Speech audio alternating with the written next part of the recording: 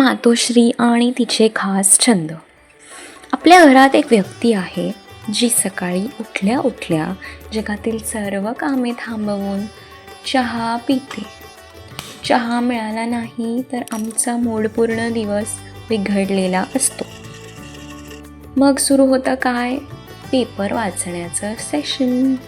सकाळी सकाळ हवाच ही एक महत्त्वाची परंपरा आहे. आणि शाळेत जाण्या अगोदर कोडं सुटलं पाहिजे ही सुद्धा एक महत्त्वाची परंपरा आहे आणि खूप मोठी अचीवमेंटसुद्धा. त्यानंतर तसं तर जेठालाल, टप्पू, दया हे आमचे घरातले पर्मनंट मेंबर्स आहेत. त्यांना बघता बघता त्यांच्याशी गप्पा मारता मारता आमचा पूर्ण दिवस निघतो. आणि मग CID छोटे हिरोज तर आहेतच, ते पण असतात. आणि अशा प्रकारे आमच्या जीवनात खूप हास्य, थ्रिल असतं.